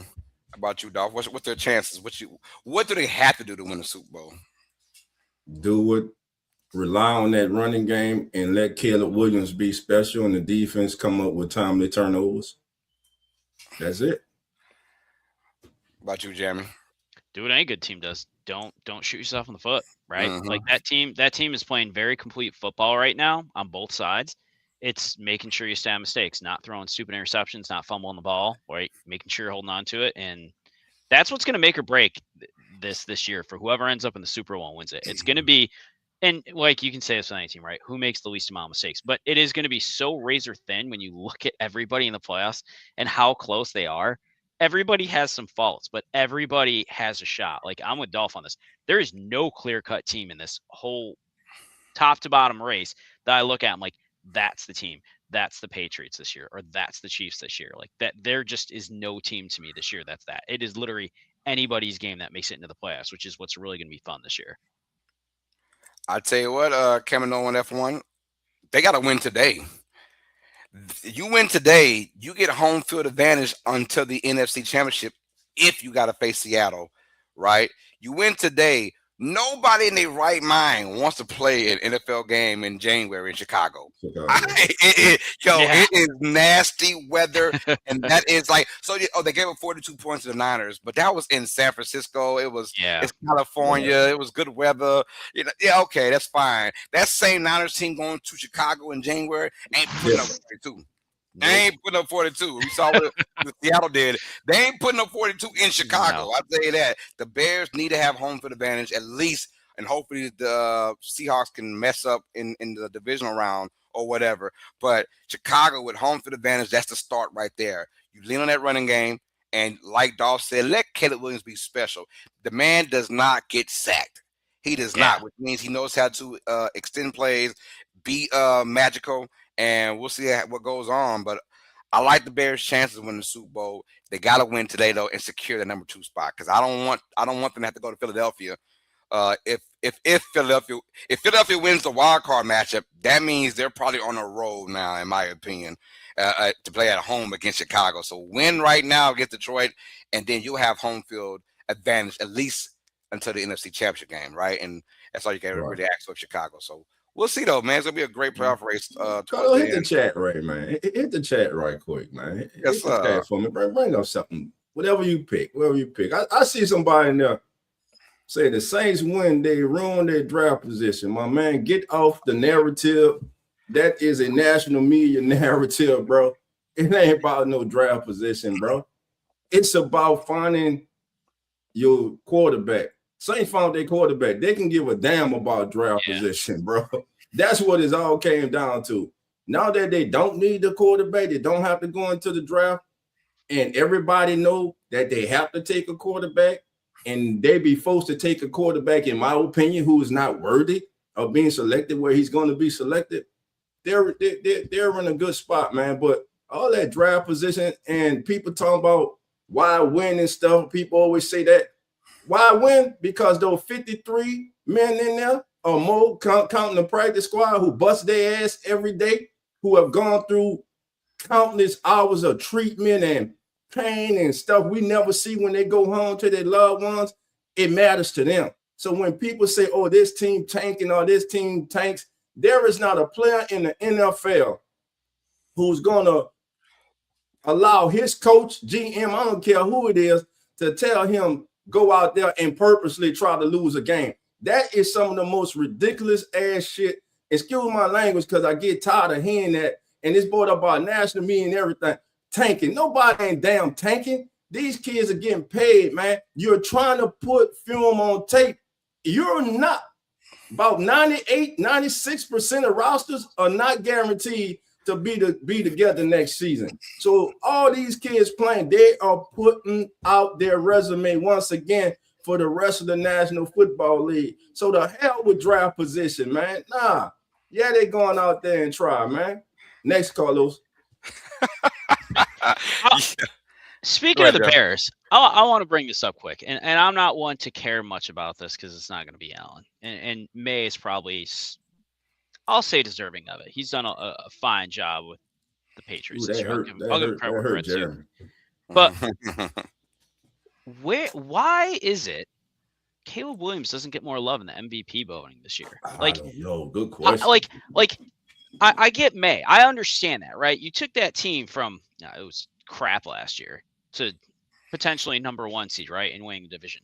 But like, and I'm not a huge Caleb Williams fan. Let me start with that because I'm an OU guy and he left OU, so like I got feelings on a lot of ways about that. But why is he not getting more love? Like, you look at his statistics, you look what he's doing with the Bears.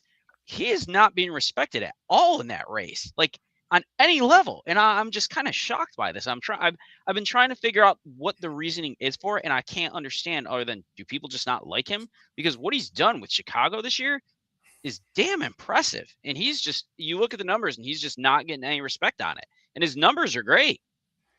Yeah, you just look at the stats. It's not great, but it's also not Drake May stats. It's not Matt Stafford stats. So I mean, and if you look throughout the entire NFL, there's not that many MVP candidates. No one's really standing out. Agreed with that. This year. So yeah, I get it, Caleb Williams, but we all know that it's a lot to do with Ben Johnson's style. And Ben Johnson, say he put a lot of points on the lines, he still wants to run that football. He had that two-headed monster in Detroit, and now he's got a two-headed monster with Monangai. True. And so they want to run that ball, run first, play action off of it, and it doesn't hurt to have Caleb Williams being the kind of quarterback he is that can extend plays like crazy. So the stats are good, but they're not like Drake May's stats, who I think should not win the MVP.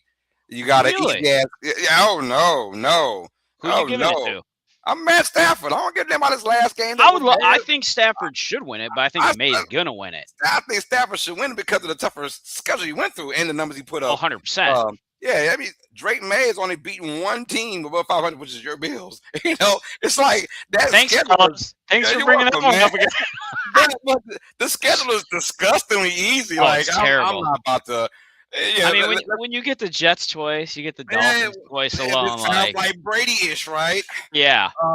But Brady had already built he won the playoffs though. So do you think Drake May wins it, or do you think Matt Stafford wins it? We know who you want to win it. I want Matt Stafford to win, and I think Matt Stafford still wins it. Obviously, if Drake May goes off against a feisty team this week and put up another 4 tutties and whatever, they'll give to him. I hope not. I hope he doesn't win it. I hope he has a successful game, obviously. But I'm going to go with Stafford, though. I think just because Stafford could be on his final hurrah. Still, politics play a little bit in this too as well. And they're going to look like, you play the easy-ass schedule. These teams are – your schedule, the win percentage was 34%. That's your win percentage against the teams of currently right now that you played against all year. 34%. That is not good. That is not good at all. And but you don't get to decide the schedule. You get what you get. That is true, too. That is true. But I've seen that schedule, take the Niners a lot harder. Twice, you played against really good teams this year so far from the NFC side of things. And, I need Matt Stafford to win that. But I got to address this, man. I just talked to you, bro. Let me talk to you again. Come on, let's go. Talk to you again, bro. Caleb was so bad last year. Man, do you just like hearing yourself talk, or did you watch football last year? God damn, the kid threw 20 touchdowns, 6 interceptions last year. He had a QB rating of 87.8. He passed for over 3,500 yards for a 5-12 team that everybody knew had coaching problems and a little talent problem in protecting them. Ben Johnson comes in. What does he do? He solidifies the inside, the guard position. He keeps his quarterback upright. He's a offensive innovator. Everybody knows that, man. You talking about last year, here we at the end of the 2025 season, and you talking about Caleb Williams, the Bears won't win because he was so bad last year. And then you're talking about Drake to win it because he wasn't that bad last year. Man, stop, brother. If you go research, do real research. Stop with the BS. This ain't the show to come on here with that BS, bro. If you go be about it, bro. So I don't know who. And then you're talking about Derrick Henry for MVP. Man, stop it, man. Let's move on, bro. All right. Man. Love quickly, you, Join the family. We can talk. We go at it every week if you want. Eagles versus Commanders, man. I'm stamped, dude. I'm stamped. Eagles win this one. I think close games. I think Commanders. Josh Johnson kind of makes it close a little bit. Hopefully, the Eagles dominate this one. I really want to see them dominate. They should. They beat the Commanders a couple weeks ago in Washington. They should beat them in Philadelphia pretty easily. But I saw it's on like a 3-point spread. So NFL might know something we don't know. I don't know. But your thoughts, Eagles and Commanders, Jeremy? I mean, Eagles should win this one. I think the reason for the spread is I think the Eagles are trying to figure out where the hell their offense has gone to lately. That's true. That's true. I think until they figure out how to rate that ship, I think a lot of people are looking at them of are you going to be that team in the playoffs? Are you going to be that team that everyone's scared of? Scared of your defense? Yeah. Scared of your offense? Not so much at the moment, right? If I'm them, just give the ball to Saquon all day. Something right. I got you. What about you, Dolph? Man, Eagles, man. Eagles easy. Eagles easy. Eagles need this win. To me, they need they need to go into the playoffs on a high feeling good about themselves. So they need a really good performance today against an undermanned Commanders team. They should win this game pretty handily, man. I agree. If there's one team that needs to go out on a hot note, it has to be Philadelphia, because right now their trajectory is probably one and done as the host team. Yeah, they're them and the winner of the NFC South. Those two host teams are looking at one and done spots if they don't get their stuff together real there quick. Is no way the Eagles gonna be one and done. But I hope not. I'm saying, but as one of those teams, they have they're one of those shots. I mean, you're taking on Super Bowl champion. You could play up to Green Bay, Rams, 49ers. The three teams you're looking at to host. So be careful. Get your shit together right now. Cardinals and Rams. 14.5-point favorites. Look, Sean McVay said we're going to start everyone. We don't give a damn about seeding. We're going to start everyone. I wonder how long they're going to last. Yeah. Starting everyone and finishing with everyone's a different story. It's a different story, right? Rams over the Cardinals for sure. I'm going with that, man. Rams can either finish 5th or 6th, depending on what they do, obviously. If they win 5. They want 5 bad. And I told folks, I said, I don't want to hear that crap about Sean McVay saying, oh, well, we're going to start it. No, you're starting because you want to win and be the 5th seed because you want to play either Carolina or Tampa Bay. And you want that. So I think that's why they're going to play. And I think once they get a substantial lead, they'll probably start letting guys go. Or Arizona can make it a game and keep those guys out there. And now you're running risk. Brissett throwing for 300 yards. He's out there gunslinging left and right, man. I love it. I'm here for it. I got Rams in a blowout. I think Rams blow them out by 20. I'm for sure. Yeah, I'm going to go Rams 36-16. How about you, Dolph? Man, they pissed off about what happened to them Monday night in Atlanta. So yeah, I'm telling you, they win this game. Look, they came back in that game, but were unable to finish. McVay, he's upset. This team's upset. They need this game, man. They need this game, and like you said, Carlos, they want that 5 seed.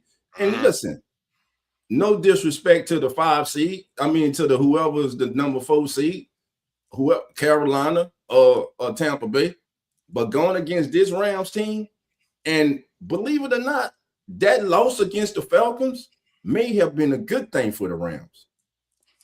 Yeah. So I'm looking for the Rams, man, just to mollywop the Cardinals today.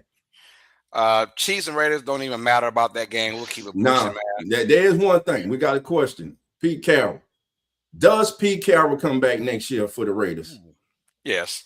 Yeah, okay. I don't see that changing. Not this quick, but he's back. They have the same type of season next year. Yeah, he'll be done next year. Yeah, but all the decisions to bring in Gino, all the decisions he's made this season, all the people he's brought in.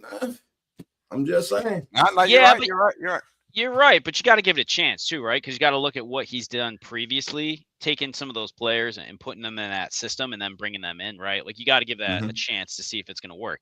Didn't work, so I think he gets another year. But I think if going into next year and halfway through the next year, they're performing like they are now, I would not be surprised to see him out. Okay. All right, Dolphins and Patriots. Dolphins have a slight chance. They could be upset-minded in New England, but I mean, go Dolphins. Yeah, go Dolphins, right? I'm going New England to win this game. They're going to start Quinn Ewers, who had a good game against the Buccaneers, but I don't see the Dolphins keeping up with them. Your thoughts about this, Jeremy?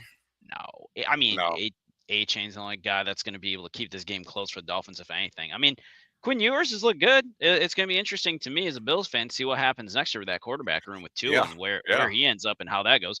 Everyone's like, well, he's going to be gone. I don't think he's gone because I don't think anybody wants that contract. And with his health concerns, nobody's willing to take that. So I don't know what they're going to do. I don't know.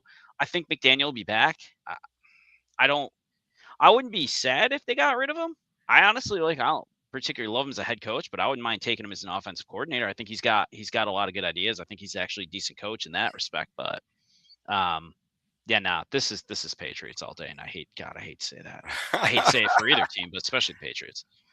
All right, we pretty much have our game of the week, man. The Chargers and Broncos. I wouldn't call it game of the week, but no, Trey Lance is starting. There's no game of the week there. Trey Lance. But I like Trey Lance. Trey Lance is going to show folks why. Nah, lie. No, you're not. You know what? But what if he did? What if he? Let's just say it's okay. Let's go on and say that. Devil's advocate. Let's just say Trey Lance comes in and lights it up all of a sudden. Does that do anything for him? I mean, granted, there were such high hopes for him with San Francisco leveraging the franchise on them, and I think it was last week's show. It was like, man, thank God Brock Purdy worked out for them, because if not, they'd still be paying the piper on that one for years to come. But man, I always like Trey Lance. I still think he always had potential. He's not AR-15, right? Because I think he's more polished in a lot of ways, but he still has such raw ability that I think they could do a lot of crazy things with him in that offense if given the opportunity. So Chargers could be an interesting game. I don't think it's the game of the week, but I think it's going to be an interesting game just because I want to see what he does with a full game. Like you said, Dolph, this is an audition for 31 of the teams right here. Yeah, it's an audition for sure. That's what it is. I'm going with the Broncos to win this one easily. Broncos win this one. They're trying to fight for that number one seed, so they got a lot to fight for. And I hope they get the number one seed. I do, because I don't want it to be the Patriots. So there's that. Yeah. I think Trey Lance is gonna run for his damn life in this game, man. I hope he can do something good with it, man. The Chargers are just stuck where they're stuck at. They don't give a damn.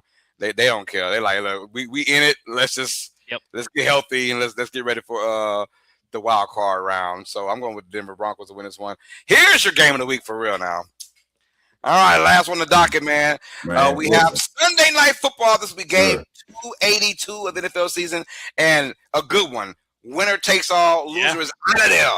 So the winner of this AFC North matchup will be AFC North champions between the Baltimore Ravens and the Pittsburgh Steelers. Lamar Jackson is going to return and be the starting quarterback. And, of course, A-R-R-R, whatever the name is, A-Ron.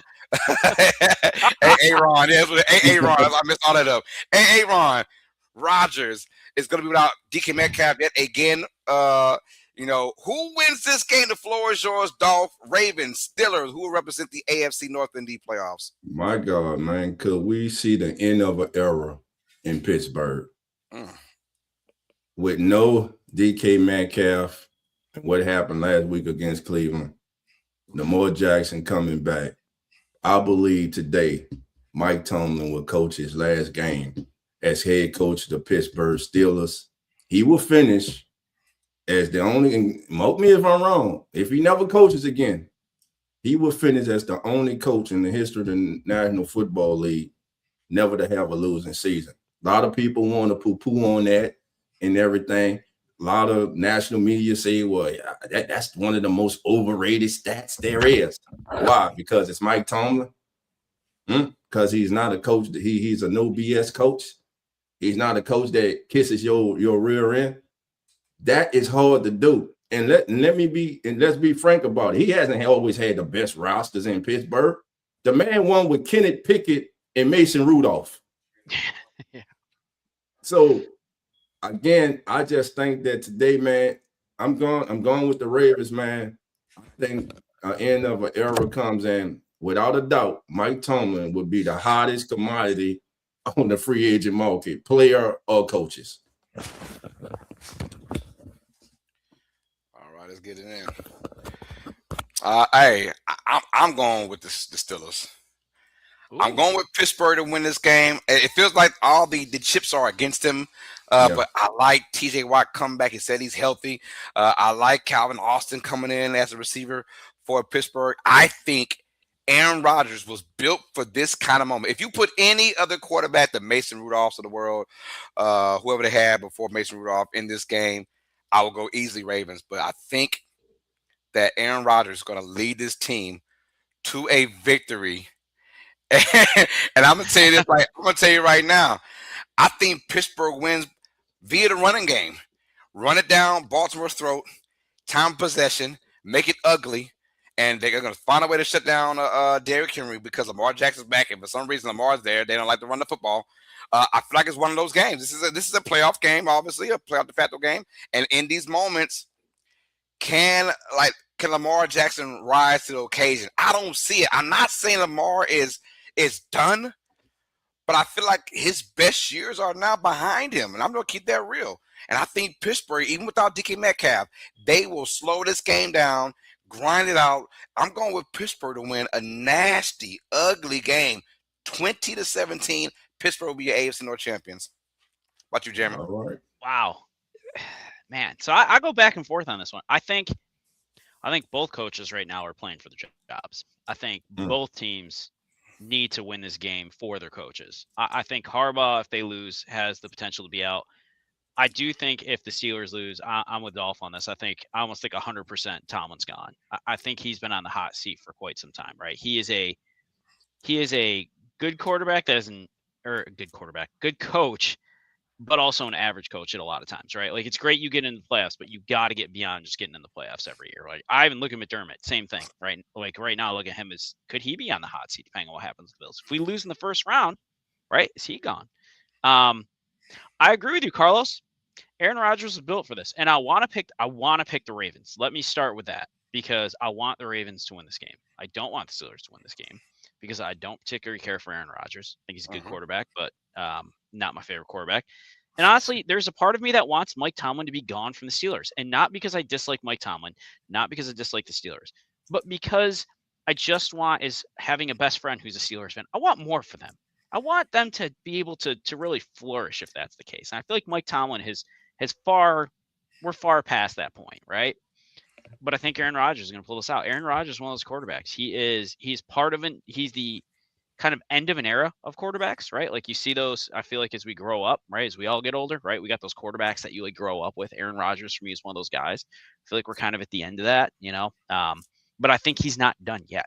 He finds a way to win. He finds a way to just do the things you don't think he's going to be able to do. When the chips are stacked against him, like you said, Carlos, he finds a way to win. And I don't think the Ravens have that in Lamar Jackson and Derrick Henry. I really do. Thank you. I mean, Steel City 8-4. I get it. I've watched him for years coaching that team, and I think he's a talented guy. And I love the fact that he's a man's coach. Like, he's not going to baby you, like Dolph said. He's not going to sit there and kiss your butt. He's going to tell you how it is, like it or hate it. But I think there's a level of respect amongst his players and other coaches in the NFL of what he does with that team. And he has had some very mediocre teams, and he finds a way to win. But it goes beyond winning. It goes beyond taking it to that next level, and he hasn't done that. And I think Aaron Rodgers had a chance to come back from his lost season with the Jets and step into the Steelers and make a difference. And I think this putting him on this stage at this point for everything that's, the next step, he's gonna come out and he's gonna win. It is gonna be an ugly game, though. I'm gonna go 24-17 Steelers. Okay. Go ahead. Y'all know the Rooney family. The Rooney family is not going to fire this man. I'm just coming. No, it'll be mutual agreement. No, they're not going to do that. No, he will be here next year. He will be here. Okay. I don't know. Yeah, he would. We heard this talk forever now. The man, especially if he wins today. Now, he loses, there could be a slight chance. If the Steelers do win, yeah, 100%. But even in that though, like he's one of those coaches. He's getting picked up 1 minute after he's fired or let go. Sure. He's getting picked up ASAP. Why would you let someone like that go?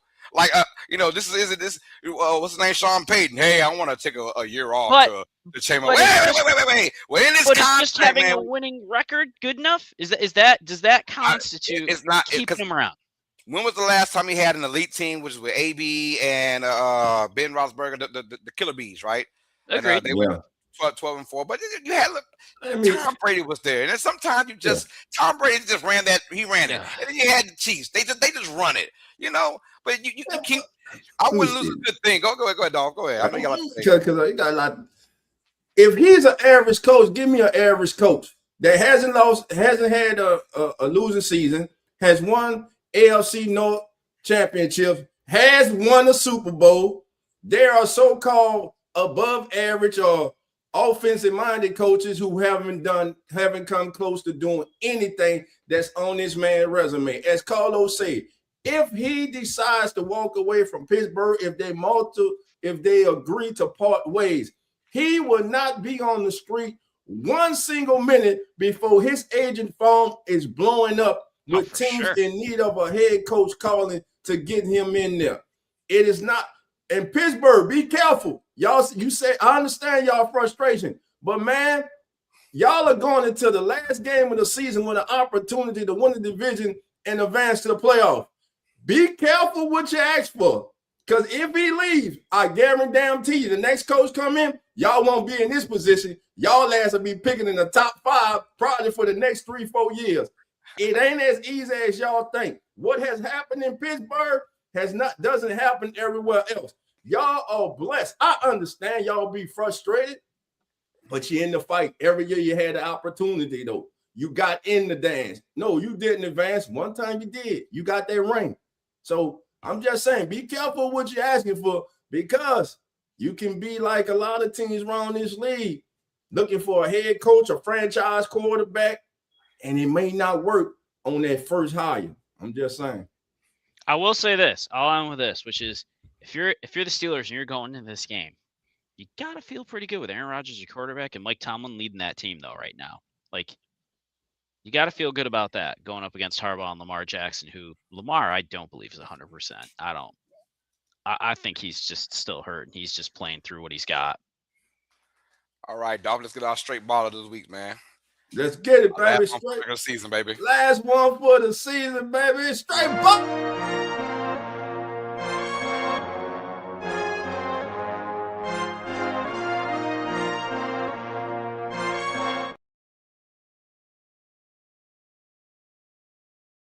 Carlos, give me the music. I call this show. Let's go, baby. Last one for the regular season, baby.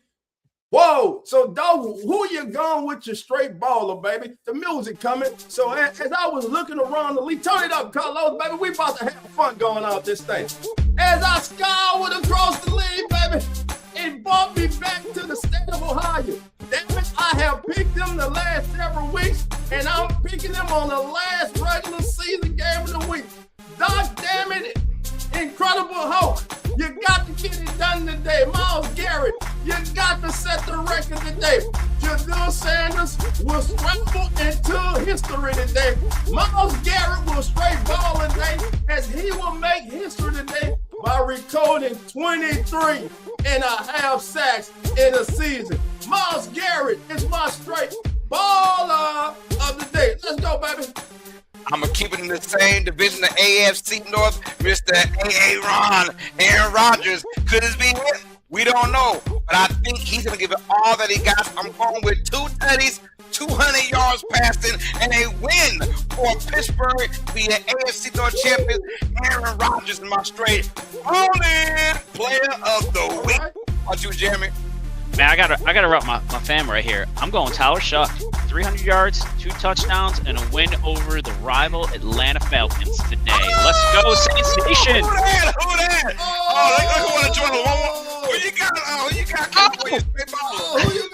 Hey, man, I just can't believe it. I just can't believe it. My straight baller of the day, believe it or not, is going to come straight out of New Orleans, Mr. Tyler Shaw.